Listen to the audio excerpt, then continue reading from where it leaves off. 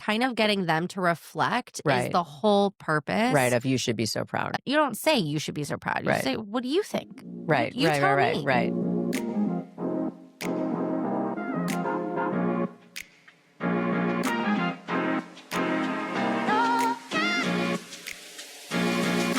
Three, two, one, yeah! You're listening to Squeeze Lines, where truth stings, laughs heal, and nothing's off limits.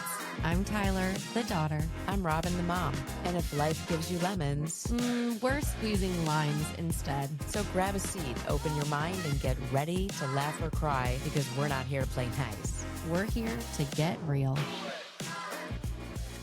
Hi. Hi. Hello. Welcome Hi. to episode 2 of Squeeze Lines. Hello, everyone. Thanks for joining. Today, we want to talk about the rules and regulations of Parenthood. parenting and parenting, what your generation, you're 30, is doing that is restrictive to the older generations and or maybe not welcome, and why some grandparents, aunts, uncles, whoever else is in the family, really, it's not just grandparents, are having a hard time with that because they think they know how to raise kids because like I obviously raised you and your brother 30, 29, 30 years ago started, and then it's different. Right. And I So, think that just jumping right in, that's like one of my pet peeves now as a parent is like, oh, I've done this before. Like, it's fine. And right, don't you think I know what I'm doing? Like, you're just fine. I'm sure you right, hear like that. I raised however many kids.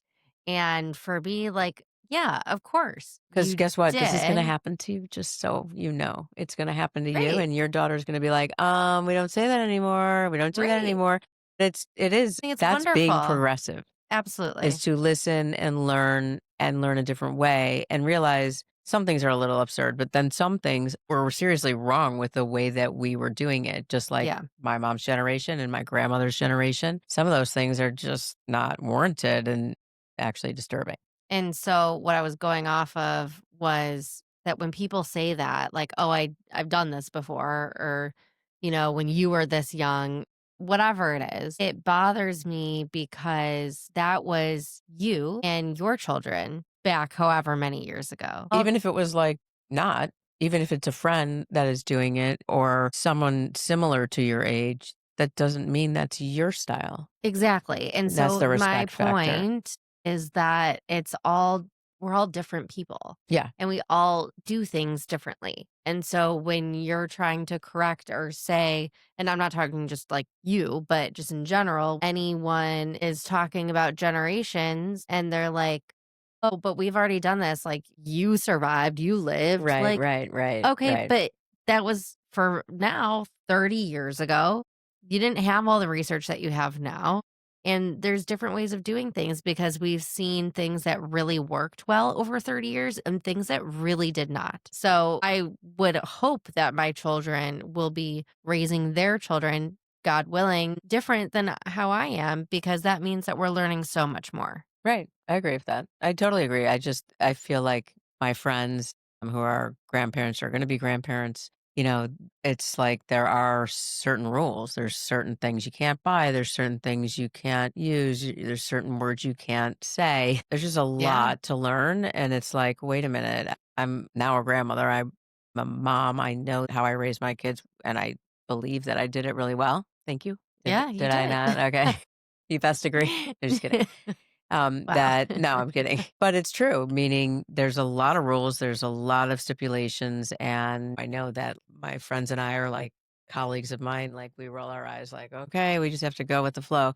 And you know what? It actually does make sense. And when you Yeah, do learn a different way, I mean, it takes a while. You're going to make mistakes. People make of mistakes. I course. It's definitely part of have. And learning. I'm like, wait, I know not to say that, even though I'm just used to that. Right. It's It's not habitual. detrimental, but it's definitely a change. So, I would hope people would lean into that and respect their children, even if Mhm. they think it's crazy. It's not really their business to judge. Exactly. It's either you want to do it the way that they want, or you're not going to be with your grandkids, or you know what I mean, or your Totally. nieces or nephews. It's just it should be that way. I remember when grandma used to babysit and I didn't want you to have sugar yet, you Right. guys were really little, it was like the minute we would leave, she would give you ice cream. I'm like, "Okay, this is the fun house, I get it, but that was disrespectful." Yeah. And I understand that that's fun, and now grandma's now fun, and she has ice cream, Right. but that's not how you can have fun with your grandkid, and it's not how you can make your world special with your grandchild. It doesn't have to be food-based or danger-based or, Right. anything like that, and so I feel like that's always a thing. There's so many memes of, "Oh, the parents gone. I'm running to grandma's Yeah. house because I can stay up late and watch TV and eat popcorn and candy." It just doesn't have to be that way. It's unhealthy, and what is that really teaching? It's actually teaching not to respect your parents. It's also teaching them to lie. Because it's like, "Oh, what goes on in grandma's house or grandpa's house, don't Right. tell your mom and dad." It's Like, all that's the first secrets. time I think, a person learns to actually deceive their parents. Absolutely, and Yeah. I think that it's But you told me, okay actually. that I told You you that told me. grandma did Yeah, yeah, yeah. when I Yeah, was a kid. yeah, yeah. I don't know if you told me everything, but you definitely told me that. I don't know. Yeah. Yeah. I mean, I do always remember eating ice cream at grandma's, and she'd always have my cookie dough ice cream ready with hot fudge Right, on right. Well, top. then it became a thing, and I couldn't stop it, It and was the biggest thing. yeah, yeah, and she Maybe did that with everyone. that Like, led to my chocolate addiction, but I'm it's pretty fine sure, or it was in utero when I just had ice cream for all the breakfast, time. lunch, and dinner. That was crazy. That was fun. Oh my gosh. So See, much fun.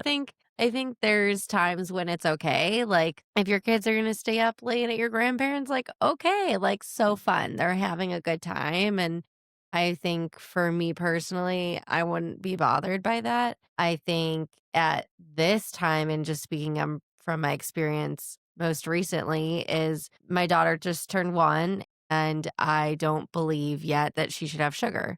Right. And a lot of people disagree with that, and that's okay. And I'm deciding to raise my daughter, sugar free just for the time being. It's not like I don't think a you can hold off for, like, ever. No. and no, Right. like I plan to hold off until she like realizes like, "Oh, you're having a cookie? Like I want to try a cookie." Like, Right.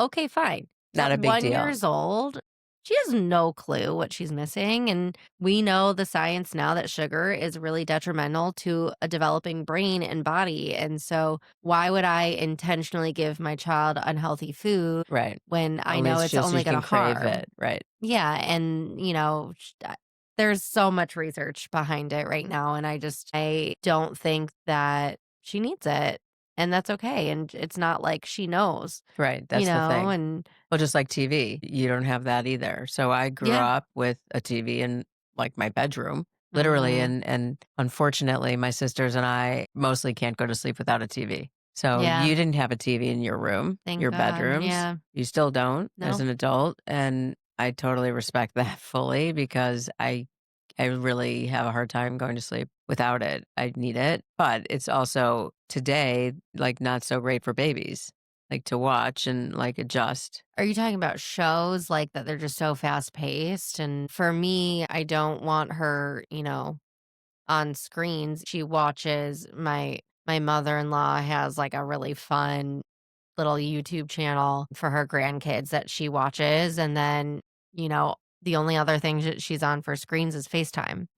Right, with And your family and friends. right. And so that to me is okay and that's fine, but I don't want it going any further than that right Yeah, now. like I grew up with Captain Kangaroo and Sesame Street, and you grew up with Barney and, Yeah, but those are all teaching, like really big teaching shows. Like they absolutely. taught some kids that don't speak English, that's how they learned how to speak is from those Yeah. shows. Right, But absolutely. you And don't I want that. think up until age 3, it's really important to not have screens So no because TV till they're that's 3? the biggest developmental milestone. The Yeah, brain you're right, but I didn't grows know that you were gonna do till 3 the brain grows about 90%, I within the believe it first 3 is, years. within the first 3 years. Those are the critical years of development for children. And so when you're introducing screens, you're taking away the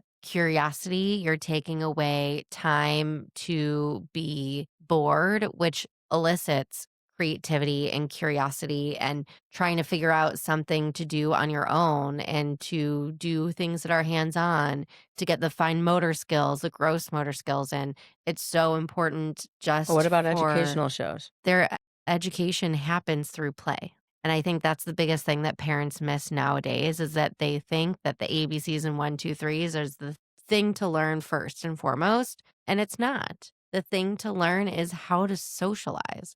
How do I respond to others? Well, that's what When I'm going out pre-K to is, right? dinner with my family, I need to learn how to sit there and be present and talk to my Without a family iPad, right? without an iPad because what's happening nowadays is these kids are going out to dinner with their iPads, It's the sitting at the first thing they table. do. I mean, they don't even ask for it, and their parents are already putting it on the table. Exactly. Yeah, it's And nauseating, really, what to me. happens is then these kids grow into adults who don't know how to interact. Yeah, They don't know how to sit there and talk to each other and have conversation. And when conversation lulls, people pull out their phones yeah, because they don't know what else to do.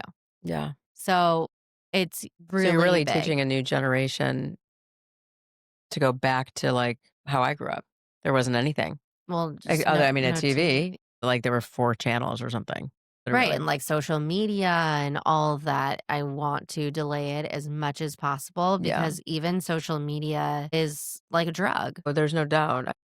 I obviously, uh, I'm an addiction specialist, and Yeah, absolutely, those screens, the games, the brain is fixated on it and they can't shut it off, but then they won't go outside and deal with people. Yeah, I mean, it's really bad. Even kids that were brought up that way that are in college now, how sad is that? They just don't want to go out and have fun. They want to right, be on live and who God only knows who they're actually talking to.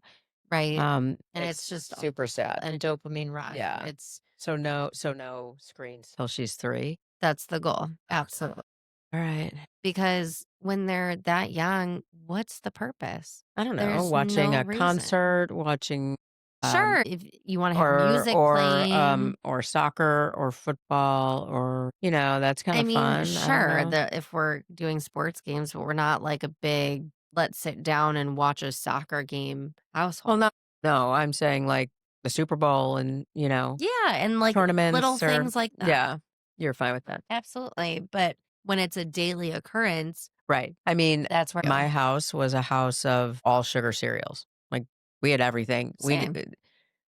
Oh, did you? All sugar, Well, I think this is everything. why, because I had I can't right, have okay, adult sorry, so cereal sorry, sorry. yeah. So moderation does really matter. Absolutely. And Yep. I think that goes with like any and all rules. It's all balance. Yeah, Everything you you could do be is open to you just have to views. do, what was it? It was like the 20/80 rule. It was with sleeping when we were doing sleep training. I think, and the 20/80 rule was 80% of the time you're staying consistent to what you believe in and what you value and you're following the rules that you've set.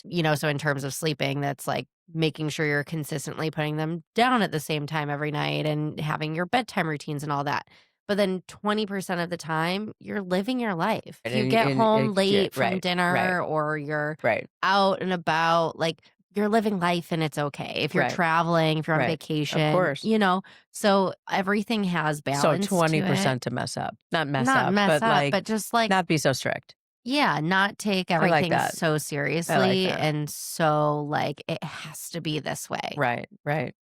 So that was a big thing for us when we had Dylan, my daughter, when she was so little, we were out and about and for her naps, things were inconsistent and it was okay once in a while. Like, Yeah. you don't have to be such I a was a little stickler. too strict about it. I mean, I had kids, obviously, 12 months apart, and Right. That's a lot. I needed to absolutely have that. So I was wherever I was, it was, 1:45, and I knew you guys were taking your nap at 2. I left play groups, I left places because I believe that, again, the consistency was really important and sleep promotes sleep. And so it's not like you're going to, you know, be up running around, and I don't know, I just Mm, think it's really nice a pattern to have, but obviously that was just for a small period of time, while right. you did naps. So, Yeah. So I think just everything in moderation and balance yeah. is just so important. What else are some like restrictions that I've been put on? You've been put on. Wow. I'm kidding.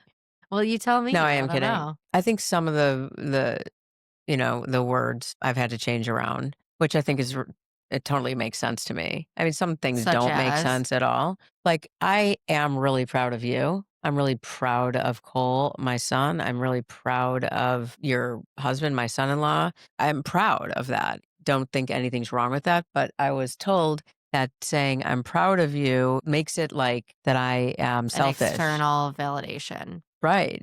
It's like speaking about me. Right. Which I never really thought about. Like, if you really think about it, you're really proud of someone for doing something. That's about them. Right. But it's really also about you. About Like, you. I feel proud, Right. but I do feel proud, and I don't think anything's wrong Of with course. that. No, But nothing. I understand maybe the words today would sound like you should be so proud of yourself. I mean, that's self esteem, right? So you're teaching that really early. Like, you should feel so proud of yourself. Now, I don't know what's going to happen, next year or 10 years from now or 30 years from now, but then it's going to be like, that was so pressurized to feel so, No. not, now I should feel proud. Like, what does that mean? So I think that the way you're thinking of it, so the way I think of it is absolutely if you say that you're proud of me or whoever, be proud. Oh, I Say am. it. You should. I do. And I think the whole idea of this like millennial thing of external validation is that you say when you like, good job, you did great, say all of those things because a compliment feels good. No Absolutely. matter what, no matter who Absolutely. you are, like to me, it feels good. And so I think the step further that all of us millennials are trying to get out is they come up to you with some artwork. They're like, here you go. And you're like, oh, good job. And you like just move on. It's no, okay, let's take a moment.